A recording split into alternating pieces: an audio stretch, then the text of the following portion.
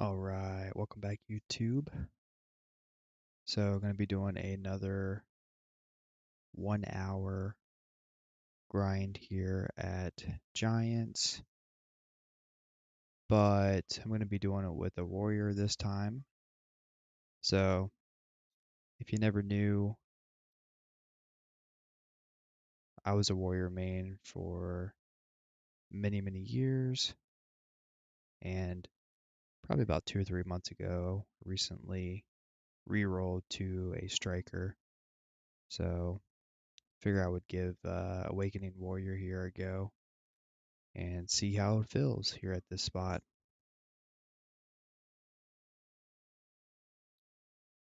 Going to be just putting on a podcast while we're grinding here as well.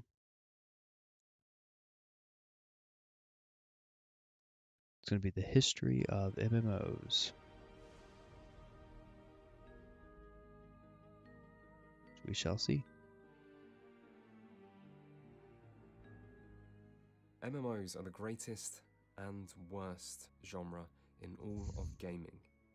And I don't mean that sometimes they're the greatest and sometimes they're the worst, or that they simply have the potential to be both.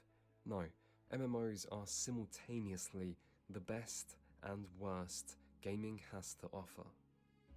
Nothing else Yeah, out it's there fair. has the capacity to fill you with so much joy or so much disappointment.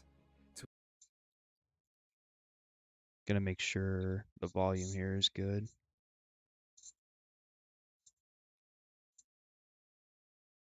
So bear with me a little bit until I get the volume here situated.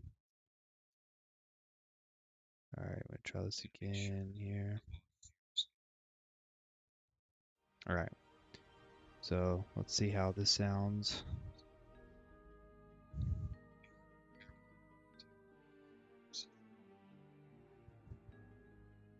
MMOs are the greatest and worst genre in all of gaming. And I don't mean Yep, that yep, yep, yep, sometimes yep. they're the greatest and sometimes they're the worst, or that they simply have the potential to be both. No, MMOs are simultaneously the best and worst gaming has to offer. Nothing else out there has the capacity to fill you with so much joy or so much disappointment, to enrich people's lives or ruin them, to let you fall in love or to break your goddamn heart.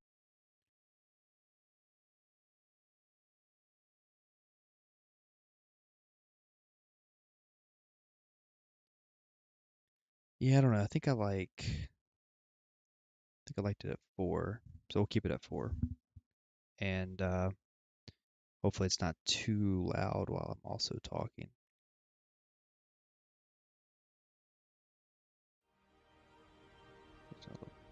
So, all right.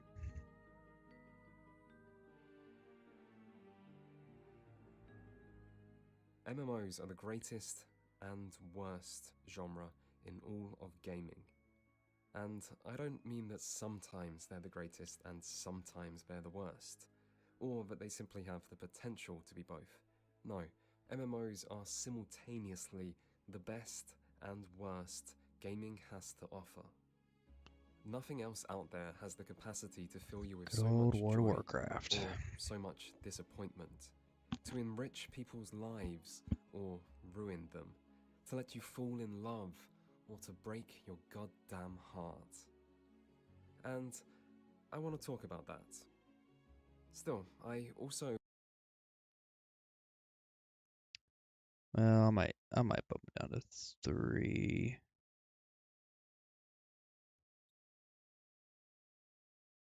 want you and everyone else on this planet to know exactly what this genre is all about, where All it came right, from, let me see and how here. it's changed. Ideally, if I had my way, this would be something taught in schools to children of Taught in schools. Let me get kind of started here first before I play it.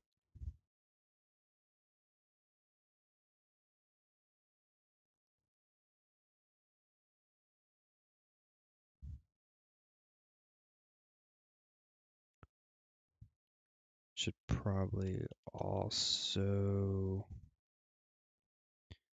do this as well. You need a valid. Oh no. It's on my striker. Bet you there's no way of me getting that either, huh?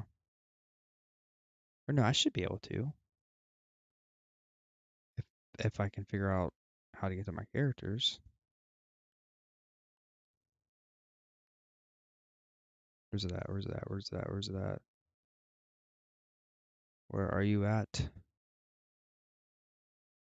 I know you're here somewhere.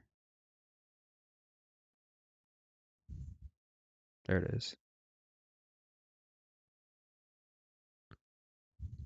Nice. Okay, cool.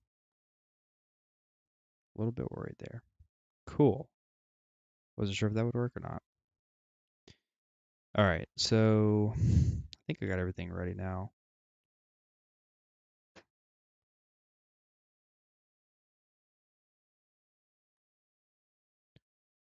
Okay, let's do it.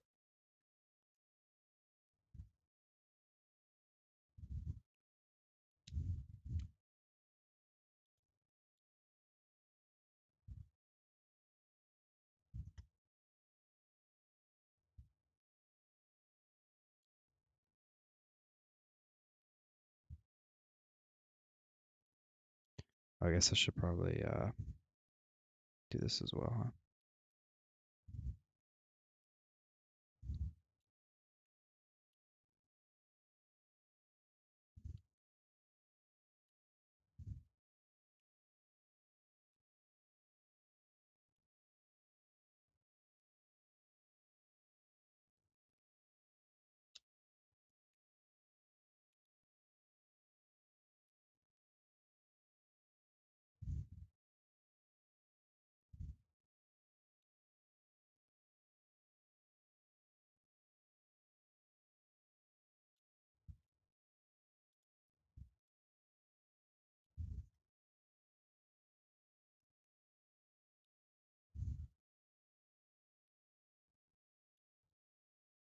I think so far it's working out pretty good.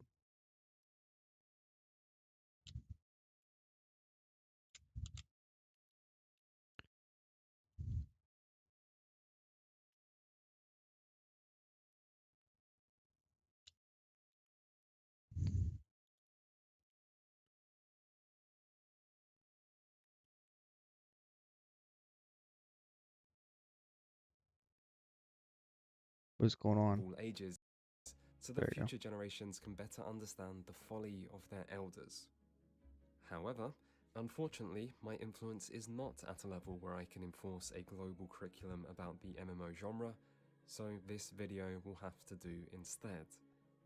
Which means, if you don't know anything about massively multiplayer online games, then today I will show you a world of infinite virtual possibilities and open your eyes to what some might say are some of the most important events in human history. And at the end, you will walk away saying, "Ah, I kind of get it now." And kind of get it you shall. And for those who do already know a little about MMOs, then through rich historical evidence and deep theoretical analysis, today I will expand your knowledge to never before seen heights, so that if that Can't future wait. day does come where MMO studies do become an important pillar of modern academia, you'll be ready. You're welcome. Let's do it. Now, important topics we will cover today include: where did MMOs come from? How did they flourish? When did things start to go wrong? That one game and why it mattered. That time when the media started comparing MMOs to hardcore drugs. What Hardcore MMO will drugs. actually be the next big thing. That one time that guy said, "You think you do, but you don't." what depression would look like if it were a video game genre, and, of course, whether or not the MMO genre is, in fact, dead. And at the end of all this, I will also reveal how every single one of these things is connected. So, Welcome to the history of MMOs. I hope you're paying attention.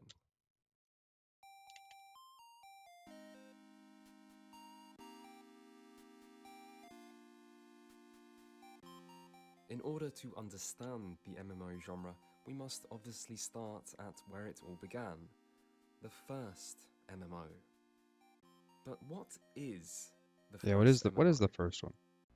Back before smartphones, before social media, before the turn of the millennium, before the internet was publicly accessible, and before any of Sony, Microsoft, or Nintendo had ever made a gaming console, video games were barely even a thing yet.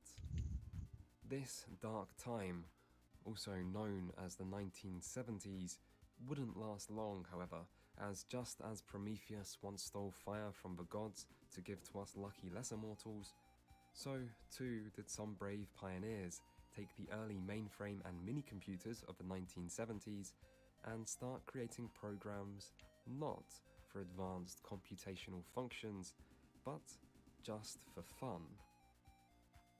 And yes, we do actually have to go this far back, because this will be important. You see, in 1972, we got the first video game, and you've probably heard of it. Pong looked like this, and yeah, that's pretty cool, I guess. If you're a fucking loser. I mean, what is this basic shit? How is anyone going to escape this mundane reality and forget all their problems with Pong? You know how you can tell Pong sucks? Its creators called it Pong.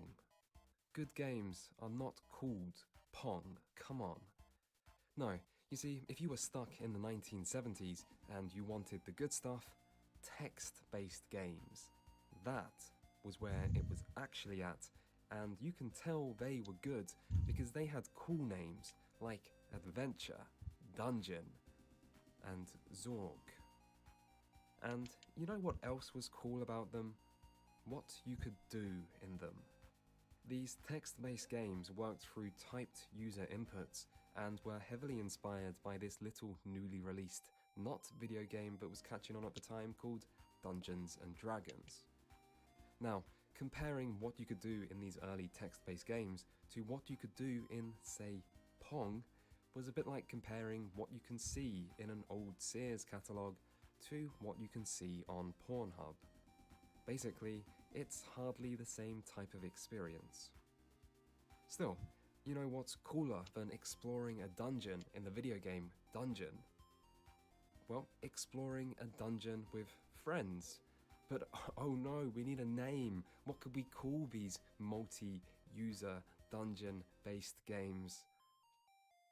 Muds. They called them Muds. And hey, who said good games need good names? And so, hello, Fortnite, Roblox, Minecraft, League of Legends, Call of Duty, Halo, Quake, and every other online game ever invented. This is it. This is where it all started. The first Mud was, I guess, retroactively called Mud 1, and in it you could talk to and work with or against other players in a real virtual world, even if there weren't any graphics. Now, there's two important pieces of information I want you to write down in your metaphorical notebooks here. The first is that while the genealogy of Mud 1 to Fortnite is a bit vague and you'd be forgiven for forgetting that they're related, the lineage from Mud 1 to the MMOs you actually know the name of is a lot more direct, and the family resemblance can still clearly be seen. With familiar MMO concepts like party-based gameplay, loot, raiding, and even the Holy Trinity, all showing up in games like the highly popular 1990 Diku Mud. Also, many of the soon-to-be big names of the MMO world, like Brad McQuaid and Raph Costa, got their start in the industry as Mud developers. Don't know who they are. For MMOs, Muds mattered. The second thing to take note of is the time frame. The first ever video game, Pong, was created in 1972. Meanwhile, Mud 1 was created in 1978, just 6 years later. This was 5 years before Google says the internet was invented, and so playing with other people back then meant you had to be a student or professor at a university which had its own internal intranet. Oh, that's kind of cool. At certain universities, these games would go on to become quite popular, with many people also sharing source codes between universities, meaning popular mods Really? would have many different variants. But That's kind of beyond cool. that, there was literally no way for them to become more mainstream, and the popularity they did have mostly came through word of mouth. In Huh. fact, some of these early mods were created by students on the university networks in secret, and That's were so then crazy. subsequently shut down when university staff found out they existed. I mean, typical goddamn kids, am I right? Always messing around, pioneering new billion-dollar industries, Pretty when they should much. be doing actual important stuff like memorizing textbooks. Yeah, right. And that was the 1970s. Video games as a concept were new, and online games in particular faced many problems while having absolutely no way to commercialize and make money, and yet it didn't matter. The allure of playing with other real-life people in an online virtual world was so strong that people didn't need graphics, or the internet, or money to want to make that idea a reality. And so, the MMO dream was alive, pretty much as soon as it became theoretically possible. But was Mud 1, or even the later, more advanced Diku Mud, the first MMO? Well, not really. Muds are muds, they are their own thing, and not only would they fail to meet most people's criteria for being massively multiplayer, they're also heavily defined by their text-based nature, something MMOs aren't. So, in summary, muds mattered, but our quest for the first MMO isn't over yet. So, what about the first online RPG with, more than just text? What is it? Well, if graphics are your thing, say hello to 1991's Neverwinter Nights. Neverwinter Not to be Nights. confused with BioWare's 2001 Neverwinter Nights or the 2013 MMO Neverwinter. 1991 Neverwinter Nights was one of the Dungeons & Dragons Gold Box RPGs, and it ran on that same But it wasn't classic Gold Box massively engine. multiplayer, though, But I'm assuming. Neverwinter Nights set itself apart by trying to incorporate the online multiplayer aspects seen in many mods into the Gold Box D&D formula to That's allow kind of cool. players to join the same party and Huh. each act individually in combat. Conceptually, this was a great idea. I mean, D&D was designed to be multiplayer. But as it was 1991, it did mean there was a little bit of a problem with players actually getting online Yeah, in such makes a sense. dark and distant time such as the early 90s. And so, Neverwinter Nights was developed with the help of AOL, with the idea of an online game seeming attractive to AOL because back then people only seemed to be using the internet for silly, unimportant things like sending business emails. This was no good for AOL It's because so they crazy to charged think by how the the internet hour, has and all developed. people were doing was logging on to download their emails Jeez. and then So logging off again, crazy. meaning the time users spent connected was minimal. So AOL How the needed times a have way to get changed. people to stay logged in, and not realizing that what people most want the internet for is watching porn and arguing about politics, they went for the Oh next no. best thing: online video games. And so, if you were a paying AOL customer in the early 90s, you too could step into its rudimentary take on the Forgotten Realms to do battle with monsters and dive into dungeons alongside your friends. And all for the cheap, cheap price of $6 per hour, which would be just over $12 if you factored in inflation. If anyone is watching this video while currently logged into an MMO, do me a favor and type /played into the chat for me. And Kinda crazy. then take your total hours and times that by 12. And hey, look, I guess monthly fees don't look so bad anymore. That's I like to kind think of of this crazy. exercise as a nice Wow. reminder that no matter how bad monetization gets in modern games, things could still be worse. This is Although, true. don't tell that to Activision or EA. We wouldn't want them to get any new ideas. Yeah, no kidding. Also, while Neverwinter Nights did try to increase its player capacity over time, its servers were still far too small for the total player base, meaning people would often have to queue just to log in, and you'd still have to pay while queuing. Fun. So, $12 an hour, graphics like these, queues to log in, Gosh, and very $12 an limited hour. gameplay. That is kind of Was crazy. Neverwinter Nights actually worth all that? Well, back in the 90s, for many people it was, and the player base grew to over 100,000 players Dang, before that's the game was crazy. eventually shut down in the late 90s. The message behind this seems clear. People wanted online games, even if they had to pay a premium to play them. And so, MMOs had officially arrived. Or had they? I mean, Neverwinter Nights was very impressive for its time. It did leave an important legacy in its wake, and it is often considered the first graphical MMORPG. But was this actually a massively multiplayer game? Well, that's up to your own definition.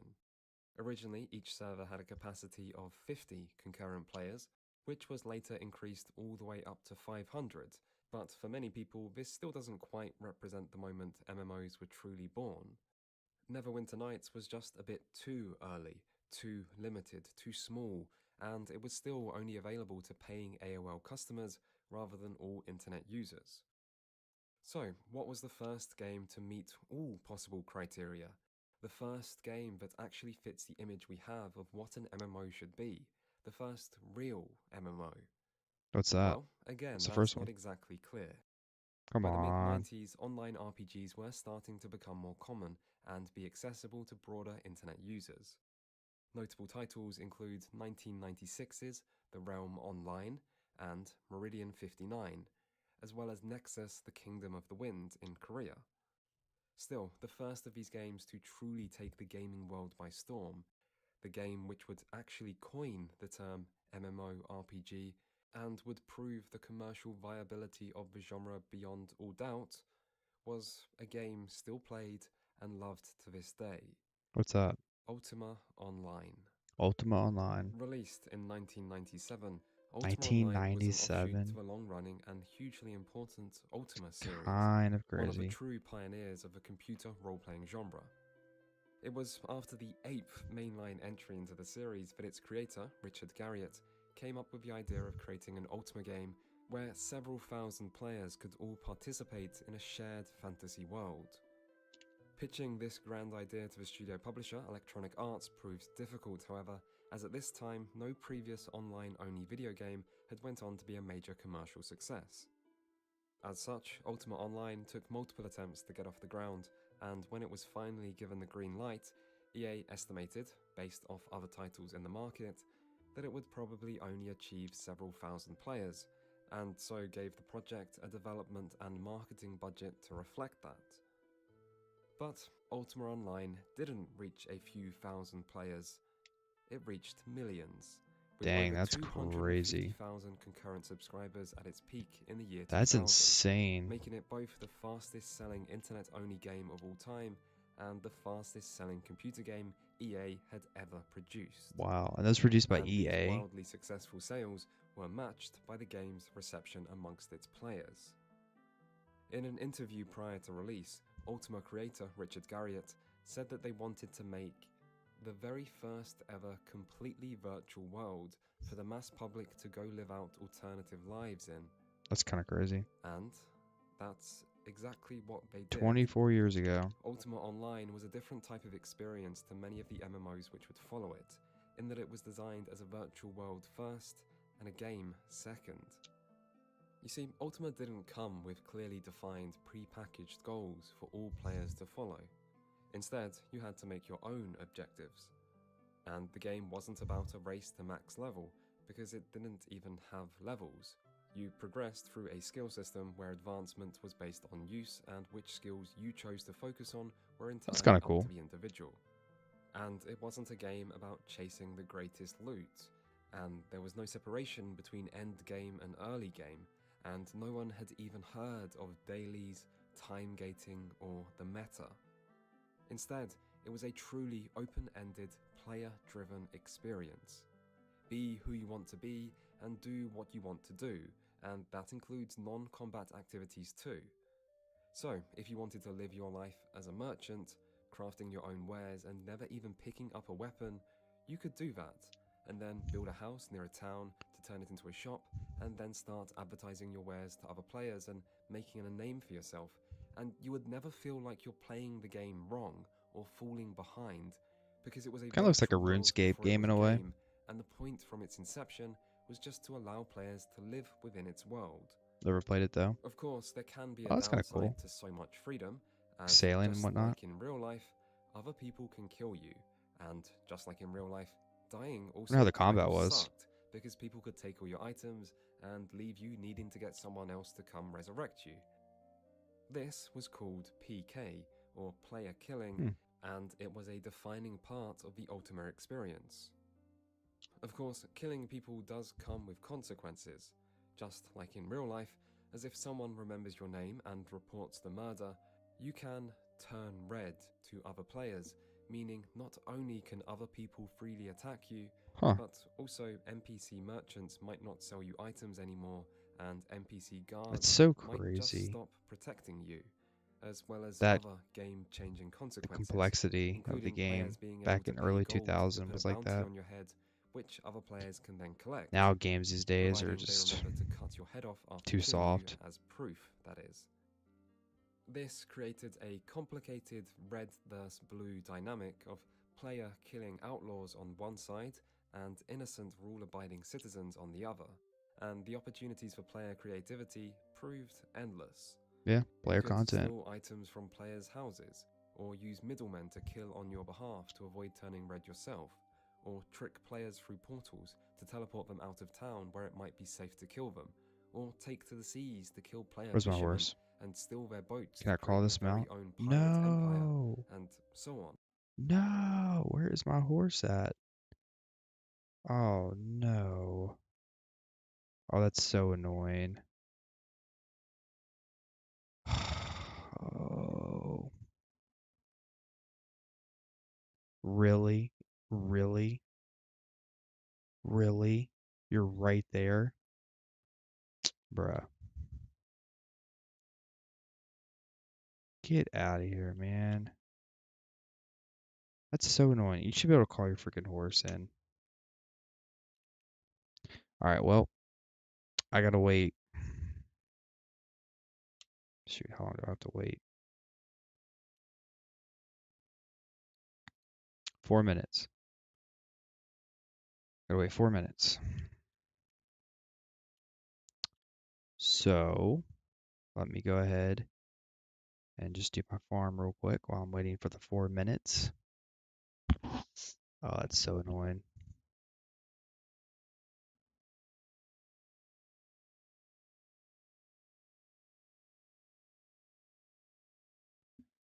It is what it is. About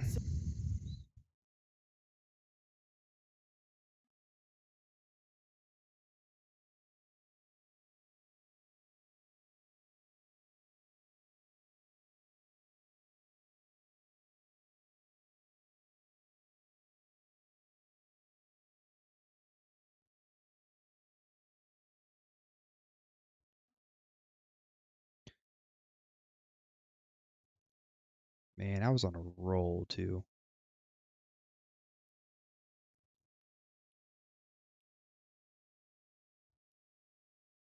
On an absolute roll.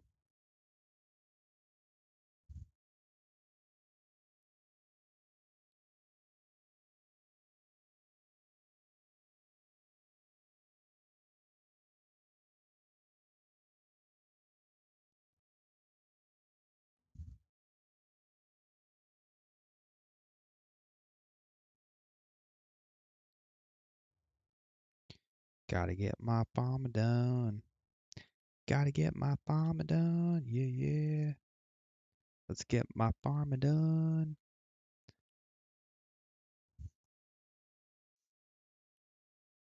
Gotta get my farming done.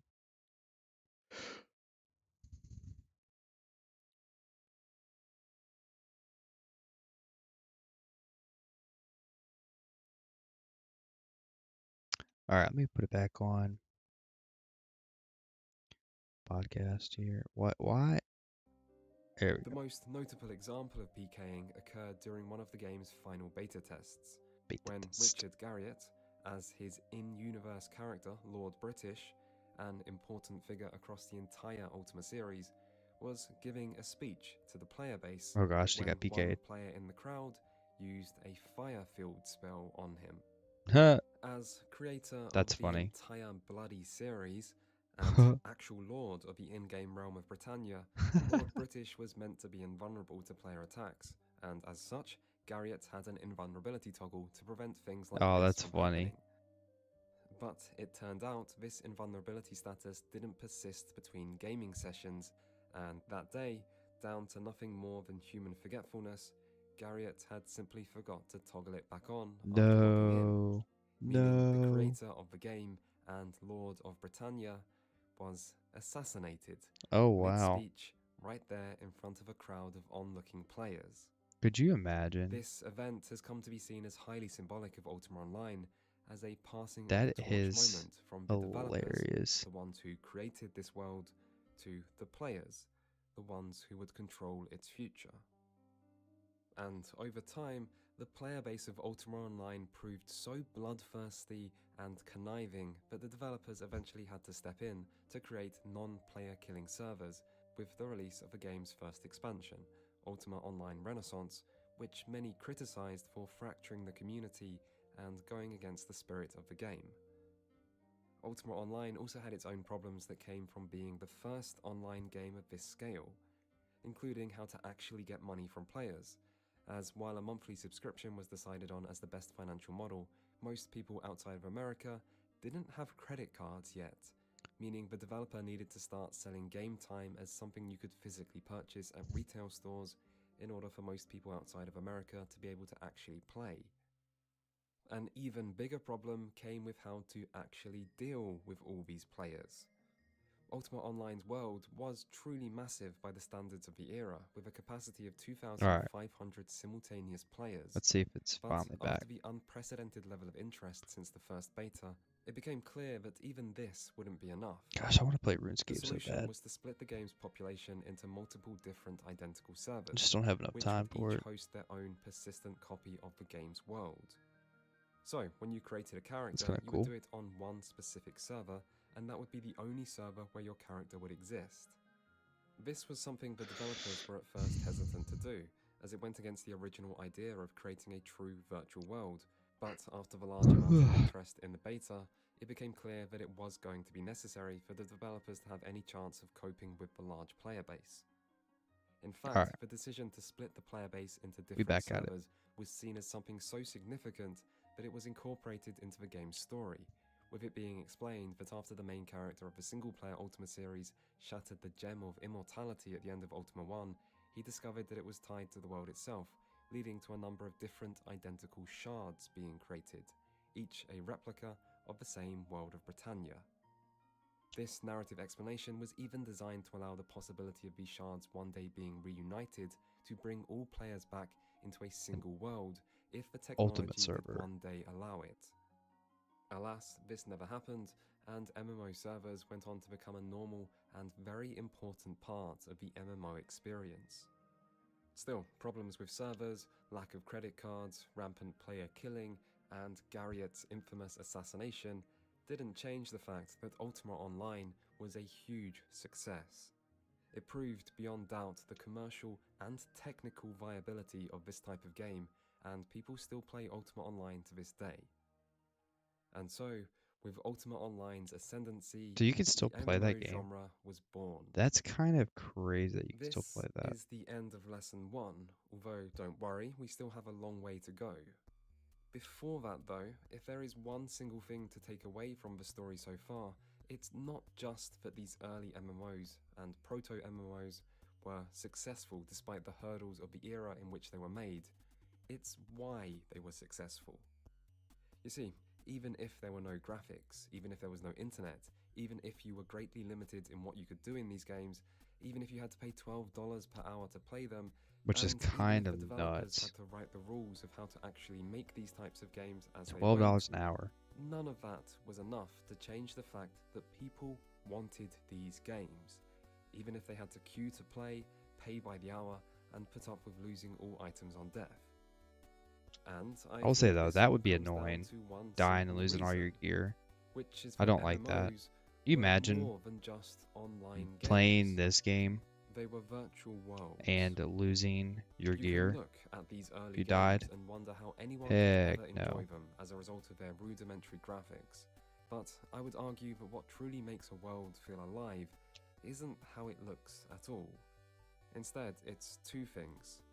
The first is that it's filled with real people, and the other is that it persists even when you're not around. Most offline games have neither of these. Their worlds exist only when the player is there with them, and no matter how realistic they might look, they're filled with obviously unreal characters whose level of artificial intelligence doesn't even come close to that of an actual person.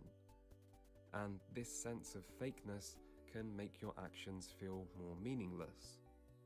But for MMOs, it's different. Their worlds are filled with real people, and player actions do have actual long-term consequences, and this can make them feel more real, which can make everything you do within these games seem more meaningful as a result. This is why players might put up with bad graphics, or carry out time-consuming and repetitive tasks, or just dedicate large parts of their lives to them. The appeal MMOs provide is unique, and if this is something which appeals to you, it's something you can't just find somewhere else. Of course, there's nothing wrong with this not appealing to someone. After all, there's no reason you need to believe in a virtual world when one reality can be more than enough. But if you want to understand MMOs, you need to understand this side of them. They're not just games, and few titles exemplified that better than the father of the genre itself, Ultima Online. And that brings us to the end of Lesson 1. Now, I hope everyone has been keeping up. Don't worry too much if you didn't take good notes. I will of course be making this and all future lessons available online, and if anyone has any questions, just shout them out. I don't mind, because I can't hear you. Now, on to Lesson 2.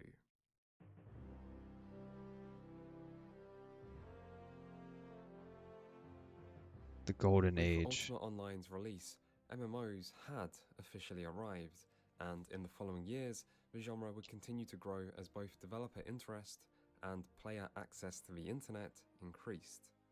Ultima Online's financial success was also significant because of the monthly fees users were paying, where 100% of that fee was So going technically straight Ultima to the Online was game's like the first creators. ever MMO, Unlike with technically. physical sales, Sounds where like. game retailers of the time might take a cut of up to 50% of all sales. In a time before microtransactions, these fees were very lucrative and presented an almost unrivaled opportunity for profits, and so big-name publishers like Sony, Microsoft, Square Enix, Ubisoft, and others became more willing to take a chance and finance their own MMOs. The first to be released in the West was EverQuest in EverQuest. 1999, and if Ultima Online could be considered the father of the genre, EverQuest has a strong claim to being its mother, due to both its groundbreaking popularity and the strong influence it had on many titles that would follow. Where Ultima Online had taken inspiration from the Ultima RPG series and prioritized player freedom, EverQuest instead took inspiration from the text-based mods of earlier, which several of its designers had previously worked on, leading to a focus on player cooperation. The primary way it achieved this was through difficulty. Basically, EverQuest was hard, and that made people want to play with each other so they could work together to overcome the challenges Yeah, its world that's a good presented. thing. But cooperation was also encouraged through certain design choices. Take dying, which had long been an intimidating concept in MUDs and other early MMOs, and EverQuest was no different. On death, you lost experience points, possibly up to an hour's worth of grinding, That's and you also crazy. dropped all the items and equipment you had on you. Ugh, that's rough. You then needed to run to your corpse, naked, from wherever you set your home location, and if you didn't get there in time, you risked losing everything you previously had on you. But if there was someone around who could res you, like a party member, guild mate, or just a kind passerby, then they could bring you back to life on the spot, saving you from a dangerous corpse run and reducing the XP loss you would suffer. By today's standards, these kinds of harsh death penalties might seem barbaric and not fit Yeah. for modern society, but they were very effective at making people grateful for the help of Oh, I'm others, sure. Yeah. and at making those doing the helping feel valued because their actions had such a large positive impact. Other examples of challenge leading to cooperation can be seen in EverQuest's actual quests, which were both hard to find and hard to complete, meaning players were basically forced to share knowledge with each other. Or in the lack of a map, meaning players had to rely on Gosh, each look other how to find bad their those way around graphics the look. world. Jeez. Or in the lack of an auction house, meaning you needed to interact directly with people to trade items and rely on others to acquire certain important things. The question of whether these punishing inconveniences were worth the added social benefits they brought is largely up to each individual, but one can't deny these inconveniences did have a social benefit. And the idea of working together was also heavily incorporated into EverQuest's class design. Some semblance of the Holy Trinity can be seen in earlier mods, but it was EverQuest which really cemented its place at the forefront of MMO game design. For those unaware, the Holy Trinity refers not to the Father, Son, and Holy Spirit, but instead to the three primary roles players often take in group combat. These are the tank, the healer, and the DPS, or damage dealer, and each has their own job to perform. The tank draws enemy attention, usually referred to as aggro, to protect the rest of the party. The healer heals incoming damage to keep everyone alive, and the damage dealer, or damage per second, just does as much damage as possible to kill any and every enemy. Usually groups have one tank, one healer, and several DPS, although as group size increases, more tanks or healers can start to be required, and the idea is that through working together with specialized roles, the group can increase their overall effectiveness. Not every MMO that would follow EverQuest would feature the Holy Trinity, but a lot did, and it's a concept most MMO players are very familiar with. Still, something not all MMO players are familiar with are some of the other roles players might take in groups in EverQuest, like Buffer, Crowd Controller, and Puller, who was the What? person with the responsibility for pulling enemies towards the party. Hmm. EverQuest also had multiple dedicated support classes, like Kinda cool. Bard or Enchanter, who would take a role completely outside the classic Holy Trinity and were only there to make their allies more effective.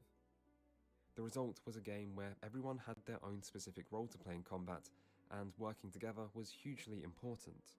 And while these roles may not have been completely necessary when killing normal enemies to level up, EverQuest also popularized something else that has become synonymous with the MMO genre: raiding, where these different roles did become necessary.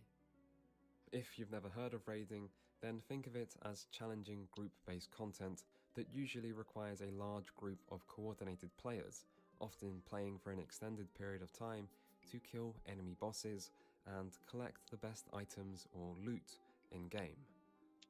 As EverQuest was such an early MMO, you may assume raiding in it would be easy, but if that's what you're thinking, you clearly haven't been paying attention, because EverQuest wasn't really a big fan of easy. And so not only did enemy raid bosses do a large amount of damage, they also had specific mechanics players had to overcome, like special attacks players had to move out of, as well as hazards in the boss arena, like traps players could fall into, as well as other nearby enemies players could accidentally get too close to and end up pulling into the fight. And if all that sounds fairly standard for an MMO, each boss in EverQuest could also take over an hour to kill, and far That's longer kinda was needed nuts. to clear the boss area of other enemies beforehand, buff up every player, and coordinate everyone's complicated roles in order to actually take the boss down successfully. Oh, and there also weren't any instances in EverQuest. meaning all bosses exist in the game world, Open and world. if you wanted your group to be the one to kill it, you had to camp its location so you get to it before anyone else when it respawns.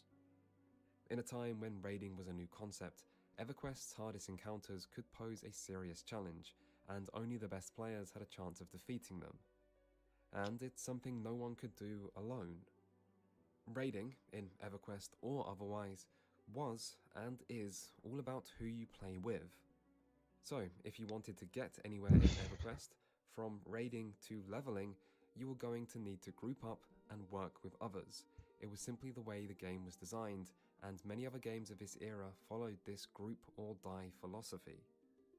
Outside of this, much of EverQuest's DNA was shared with Dungeons & Dragons, something that can be seen easily in its good, neutral and evil alignments, or its recognizable main stats, although the number of different classes and races, as well as the size of its I've in-game seen that world, game do on still Steam. feel impressive to this day. And so were its sales, as in just a few months it would surpass Ultima Online's already significant player base, reaching a peak of 550,000 concurrent subscribers, far Crazy. above any other Western MMO at the time. EverQuest would be followed in late 1999 by another MMO, Asheron's Call. Together with Ultima Never heard of Online, that one. this triumvirate is sometimes referred to as the Big Three for their collective role in popularizing MMOs in the West, although Asheron's Call achieved considerably less sales than its two previously mentioned compatriots. This didn't stop it from acquiring its own loyal player base, however, and it stood out for its highly skill-based combat system, which was more action-focused than the games which Oh, that's preceded kind of it, cool. and incorporated real collision detection with a heavy Huh. focus on More aiming action-based. and movement. Alongside the ability to kill other players and acquire some of their items, similar to in Ultima Online, this led to a heavy focus on player killing, with communities and player-based factions forming to support this. Outside of this, Asheron's Call is also Actually, significant doesn't look for like the a dark bad game sides of its either. in-game world, which was entirely seamless, with no loading screens or separation between zones, as well as the way it told its story, which happened through in-game playable events that were released monthly and could be shaped by the community's actions. One of the most famous of these events was the Shard of the Herald, where players were tasked with destroying several in-game shards, only to find out upon the destruction of the final shard that this would actually summon a legendary demon to the world. However, as no one originally knew what would happen when the shards were destroyed, it led to a split in the player base between those who wanted to destroy them against those who wanted to protect them. To aid in the story, the developers jumped in game to take the role of powerful NPCs who bribed certain players with the promise of high-level items to destroy the shards in the name of a demon, thus continuing the planned story, and so that's what ended up happening. Except on one server, Thistledown, where the defenders actually managed to resist. To do this, they set up 24-hour protection, working together in shifts to successfully guard the final shard, until the developers once more stepped in to take a more active role by summoning high-level monsters to finally force the shard's destruction. Still, in return for their efforts, the defenders were immortalized with an in-game statue bearing their names to forever commemorate their valiant defiance. This example does a great job at That's illustrating cool. the potential for unique storytelling provided by a living world, where players can play an active role in evolving events, and where developers can even get involved too, by taking on a role similar to that of the Dungeon Master in a Dungeons & Dragons game. My favourite example of this type of developer interaction has to be in 2005's relatively short-lived and averagely reviewed MMO, The Matrix Online. And while I'm sure this game did have its problems, one of Wait, which being Matrix how weird the Online? combat looked, its narrative was still very unique. The I didn't Matrix know that. Online was set immediately following the conclusion of the original Really? trilogy of movies, with the inhabitants of the Matrix, which were the players, now suddenly realizing the Huh. truth behind their simulated reality. Basically, the story said, what would happen if loads of people in the Matrix suddenly realized their world was fake after the machine's defeat? And then instead of the writers trying to create a specific answer, they just let the players be the world's inhabitants, almost like a simulation of this event, I didn't know rather than a traditionally Matrix scripted had an story, online which game. in this example works perfectly, That's kind as of the cool. difference between an What the MMO heck? player in a virtual Matrix game world Online. isn't that different to a That's pretty Matrix cool. inhabitant in a simulated reality world. This concept even had the series' co-creators' blessing, with the Wachowski siblings saying the players would be able to inherit the original storyline as their own. Anyway, The Matrix Online was shut down in 2009, so wow, players, you really fucked that one up, didn't you? Huh. Still, before that, The Matrix Online had a dedicated group of developers called the Live Events Team, who would be paid to log in and act out the role of specific characters during certain story events, including pre-established characters like Morpheus. So, in most games where you might get a quest from an NPC, in The Matrix Online, that quest giver might have been an actual developer. That's kind of As you cool. can probably The heck? imagine, this type of in-game direct developer or game master interaction has become almost unheard of as time went on, Yeah, no and so kidding. have live interactive story events, probably due to the problems they create with servers being overloaded when such events inevitably bring too many players into a single location. Still, despite The Matrix Online's problems, its method of storytelling was admirable, although I guess a game from 2005 is getting a little ahead of ourselves. You see, despite covering the so-called big three of the early MMO world, one cannot simply leave the 90s behind without talking about another important game. One that would quickly go on to be bigger than all of the big three combined and would continue to have millions of players from its launch right up to this very day, albeit mostly in Korea. What is it? Inspired by old-school roguelike NetHack with gameplay reminiscent of Diablo, Lineage exploded into the Korean Oh, PC-dominated Lineage. gaming market in Never played 1998 it. and never quite left, with a more recently released mobile port titled Lineage M still bringing in billions of dollars of revenue. In So addition to its crazy. hardcore player-versus-player combat and its, for the time, innovative in-game guild system, Lineage is best known for putting a heavy focus on grinding, with a philosophy that has come to be synonymous with Korean MMOs, where grinding isn't Huh. something that supplements other parts of the Wonder what game, I'm doing right but now. instead, grinding Interesting. is the game. To understand why Interesting. Lineage was quite as successful as it was isn't that easy to do, as its success never really spread much beyond Korea, and also soon led to many other Korean MMOs with similar visual and design styles, sometimes referred to as lineage clones. However, it may help to think of it this way, which is that while outside of Korea, Lineage was seen as just another Korean MMO, within Korea, Lineage was the MMO, and its legacy can still be seen in new Korean MMOs to this day. But Korea wasn't the only Asian country helping to shape the MMO genre. In late 90s Japan, the personal computer gaming market was still struggling to find life, but the console market was growing like never before. And so, after playing several Western online games, including Ultima Online, Diablo, and EverQuest, Sega chairman Isao Okawa came to the conclusion that the internet was tied to the future of gaming, leading to the creation of the first ever console MMO, Phantasy Star Online, which released on the Dreamcast in the year 2000. Due in part to its console limitations, alongside the inspiration it took from Diablo, Phantasy Star Online was a lobby-based game where players would form groups of up to 4 players to explore different variants of 4 different dungeons. Compared to the freedom of Ultima Online or the complexity of EverQuest, Phantasy Star Online may have admittedly been more limited, but this also had the advantage of making it more accessible to its console audience, and it quickly found a dedicated audience in its home market of Japan, making it the first ever MMO to do so.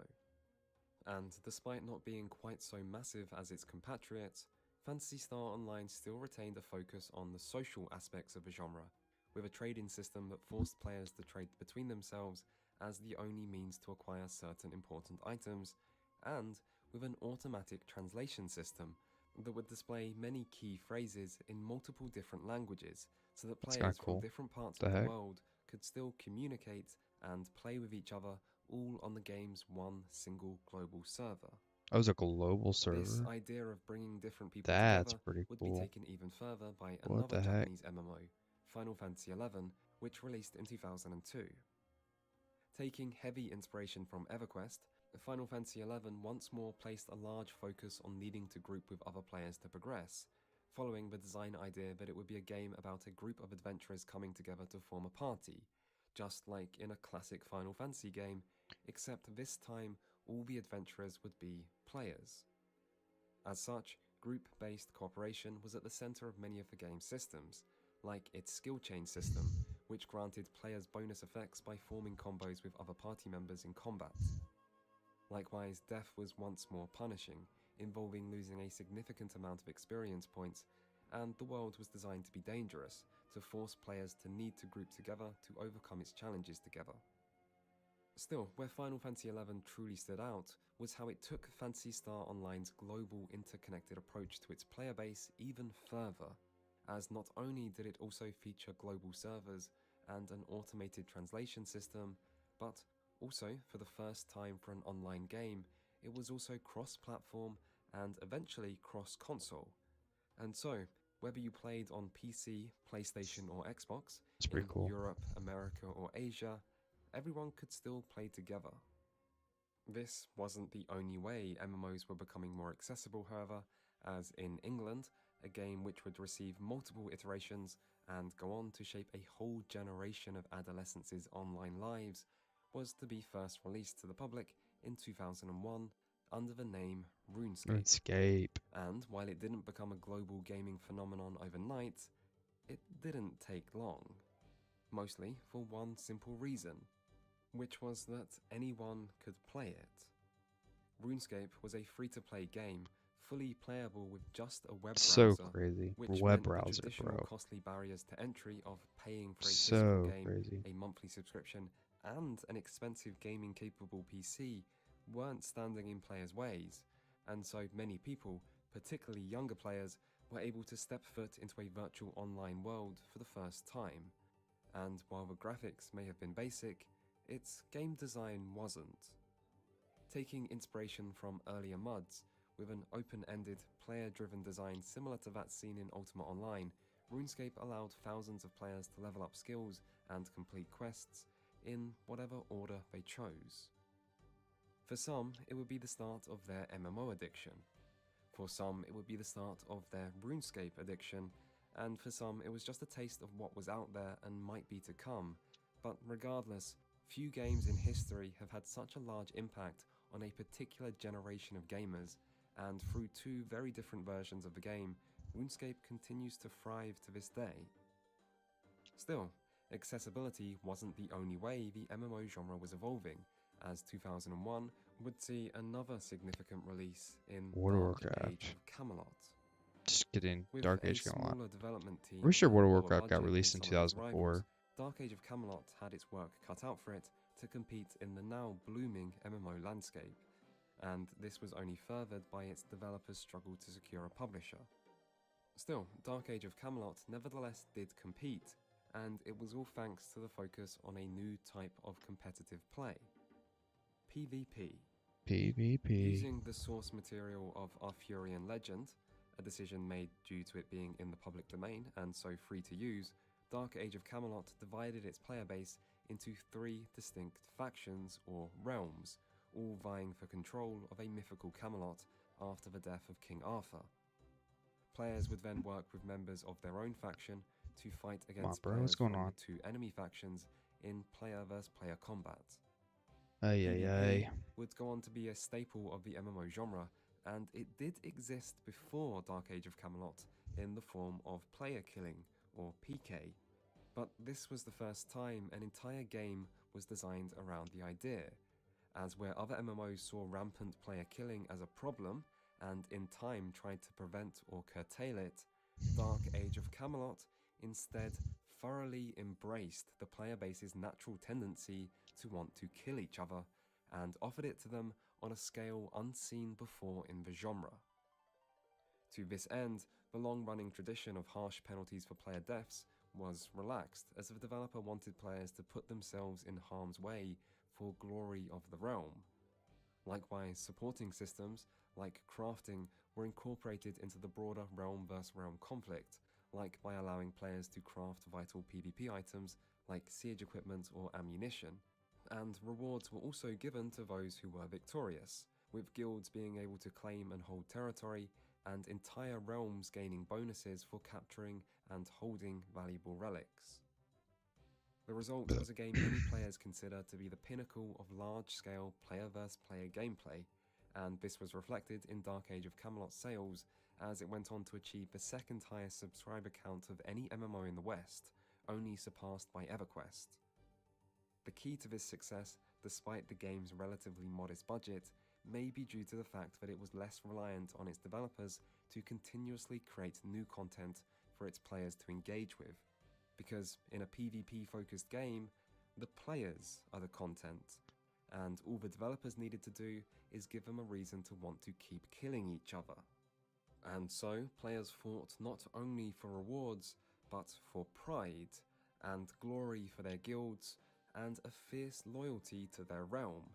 And through this endless conflict, bonds were forged as success in combat still relied on grouping up with other players to maximize effectiveness. And if player versus player, or even medieval fantasy wasn't for you, the early 2000s would also see the rise of many new settings and styles of games as the MMO genre continued to grow year on year. Some examples to reflect this growing diversity include 2001's sci-fi MMO Anarchy Online, set in a distant 29,000 AD, or 2002's 2D sprite-based Korean MMO Ragnarok Online, or 2003's entirely space-based MMO EVE Online, set in a single shared game world that spanned 7,800 visitable star systems, or 2004's City of Heroes, a superhero-based MMO with some of the deepest and most expressive character creation in video game history. And with new settings also came big names.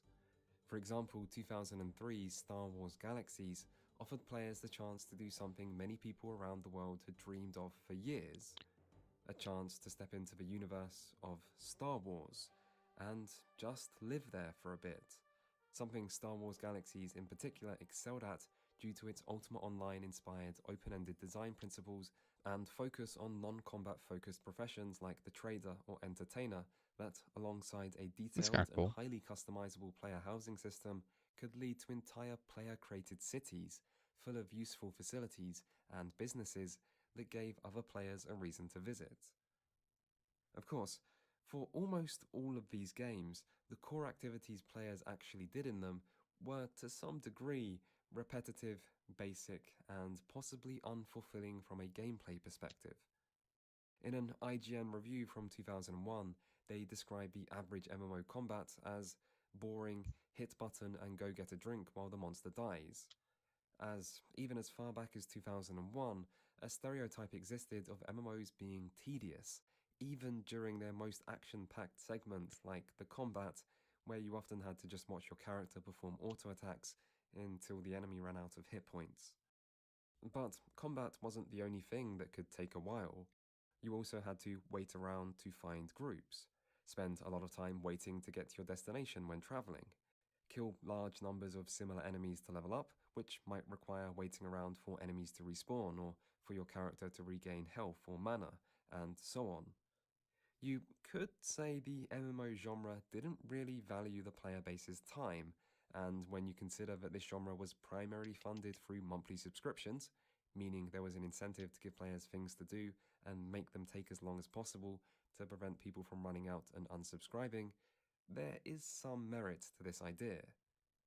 Still, for many players, it didn't matter that what you did in these games was sometimes boring, because the MMO dream of creating real virtual worlds was so alive within these games, and for the right person, nothing was more exciting than that.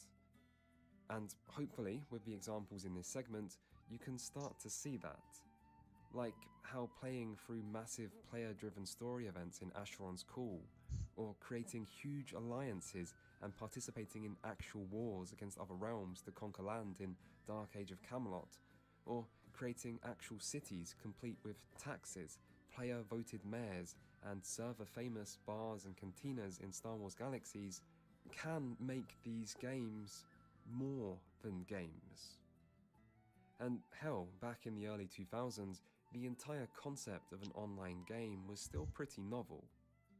Halo 2 is often considered one of the most important online games of all time.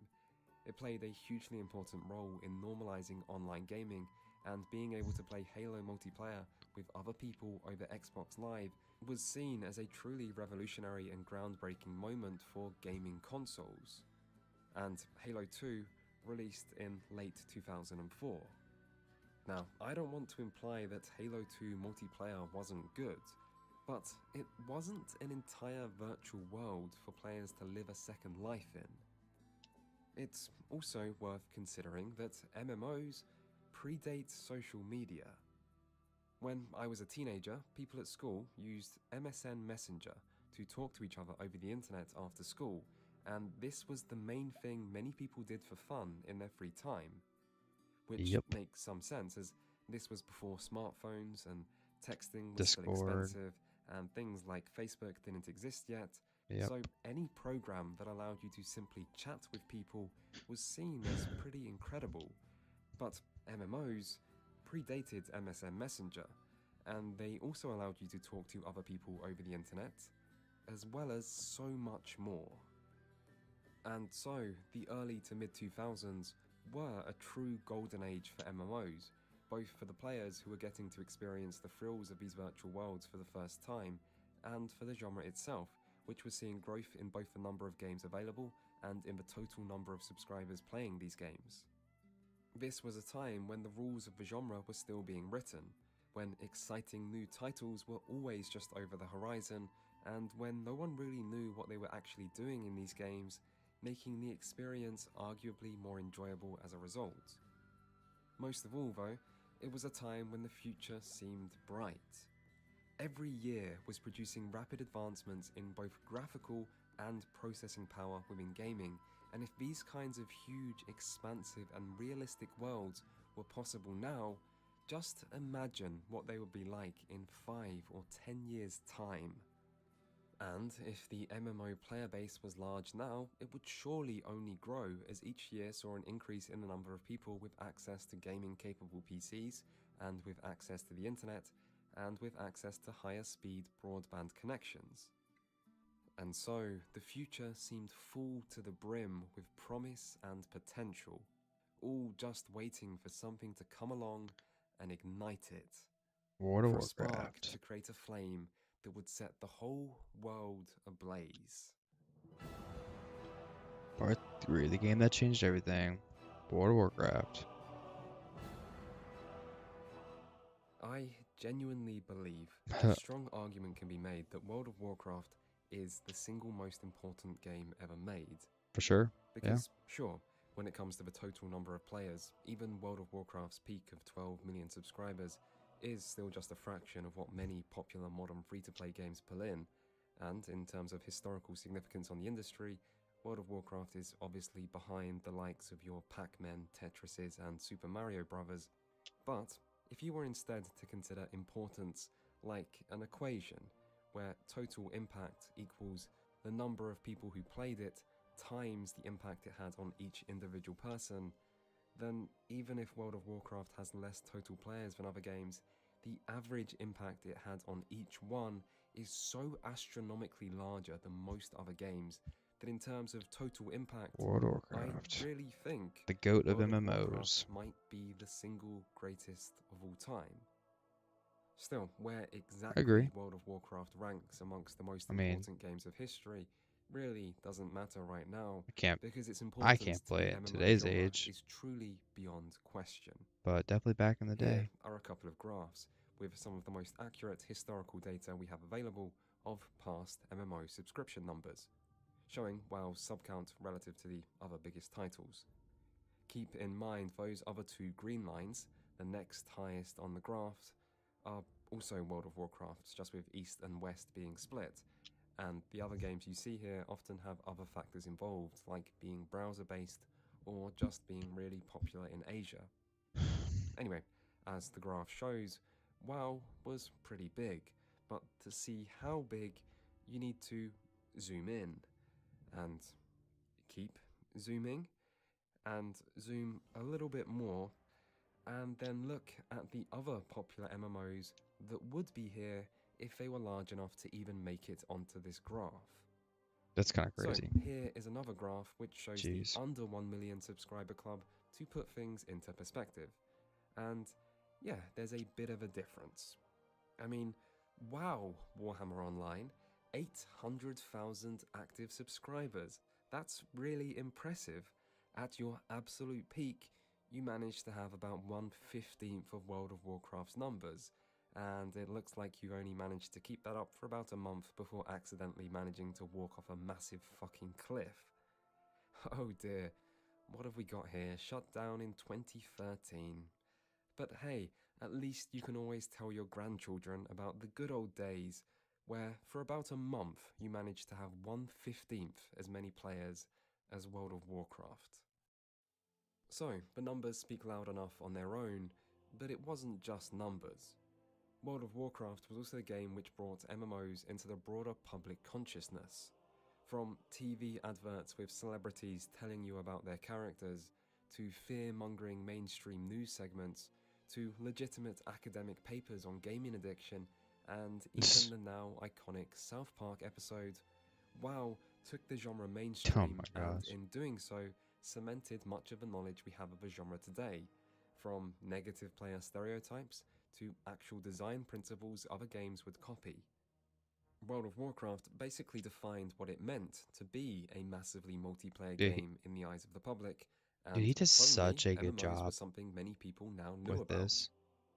The end result was that MMO players came to be thought of as complete losers, and MMOs themselves came to be seen as either so real or so fun that playing them carried a significant risk of getting addicted and ruining your entire goddamn life. And honestly, there was at least some truth to both of these.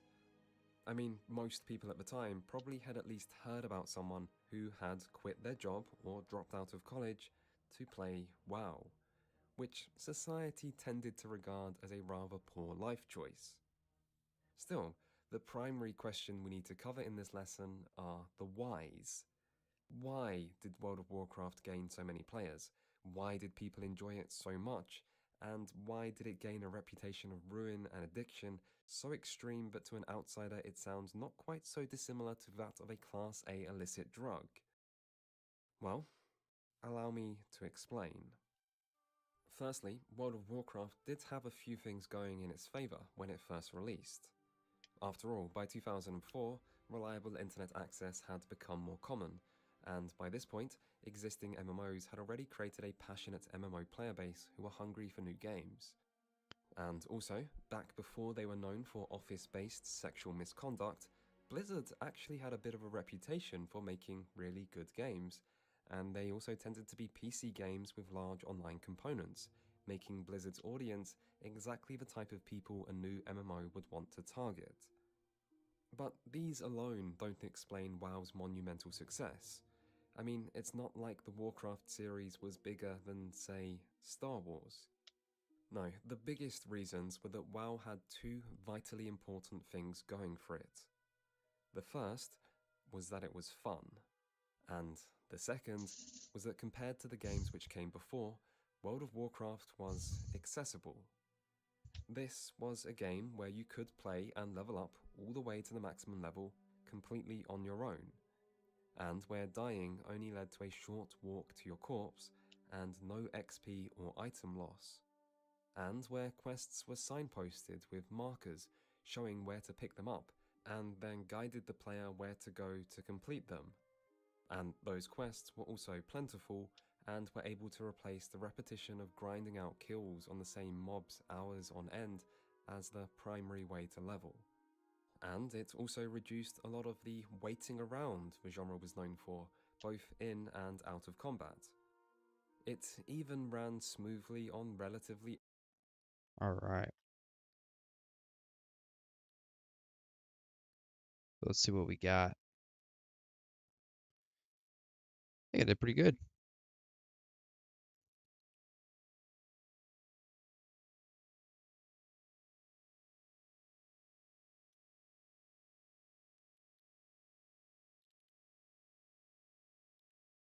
Not bad. Almost 21,000.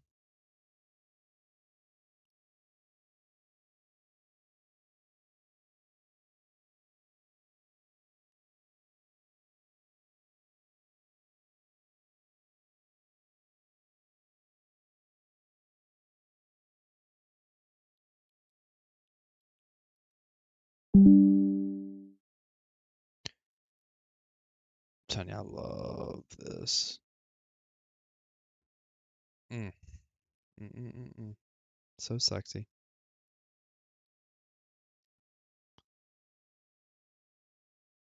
Alrighty. Well, that concludes the hour. Awesome stuff. Well, YouTube, hope y'all have a good night and a good day tomorrow. Peace, peace.